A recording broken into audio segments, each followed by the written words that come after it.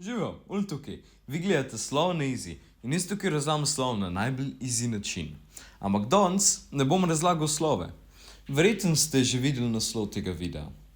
In rad bi začel video s tem, da povem, da nočem kogarkoli užaliti. Jaz bi samo rad komentiral trenutno stanje naše generacije in videl sem, kaj se je danes dogajalo v Celju. In v bistvu kot prvo temo, oziroma kot glavno, oziroma kot edino temo, bom imel nasilje med vrstniki. Kot sem že rekel, sem videl, kaj se je zgodilo v Celju in zdaj vsi odrasli govorijo o tem, pa sem se spomnil, da bi še jaz kaj povedal, ker se to nas bolj tiče v bistvu, kot se tiče njih. Ko sem gledal ta posnetek, nisem videl nobenega poguma, ker je skupina punc napadala eno samo punco in to se mi je pač zdelo grozno. Kdorkoli se fizično spravi, kot pravijo odrasli, ampak bom rekel bolj preprosto, kdorkoli se stepe oziroma udari oziroma naredi karkoli fizičnega komorkoli, ni pogumen, ampak je šibko mislen. Vsi se v življenju spremo, ampak tisti, ki znajo razmišljati svojo glavo, znajo te prepire razčistiti na drugačen način. Tisti, ki pa sledijo socialnim medijem, pa očitno ne. Ne govorim, da če ima kdo Instagram, da je to slaba stvar, ampak žalostna stvar pri naši generaciji je to, da veliko ljudi ima mnenje o stvareh, ki jih niti dobro ne poznajo, samo zaradi socialnih medijev.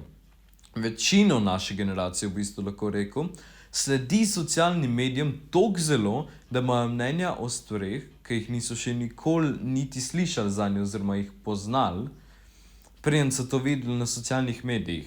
Pa če je to človek, stvar, kraj, karkoli.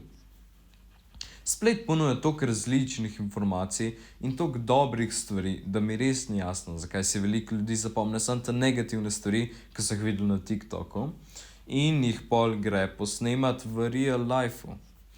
Predvsem pa se pogum pokaže na drugačne načine.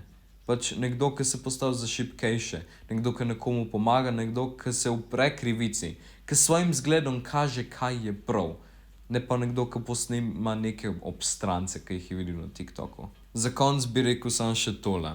Dajmo, lahko pokažemo, da znamo drugače, da nismo neumni, da ne rabimo posnemati vseh tistih neumnosti spleta, ampak da naredimo nekaj dobrega, ker konec koncev je to naše življenje in tako bo, kakor si ga bomo naredili. Dajmo ga narediti dobrega.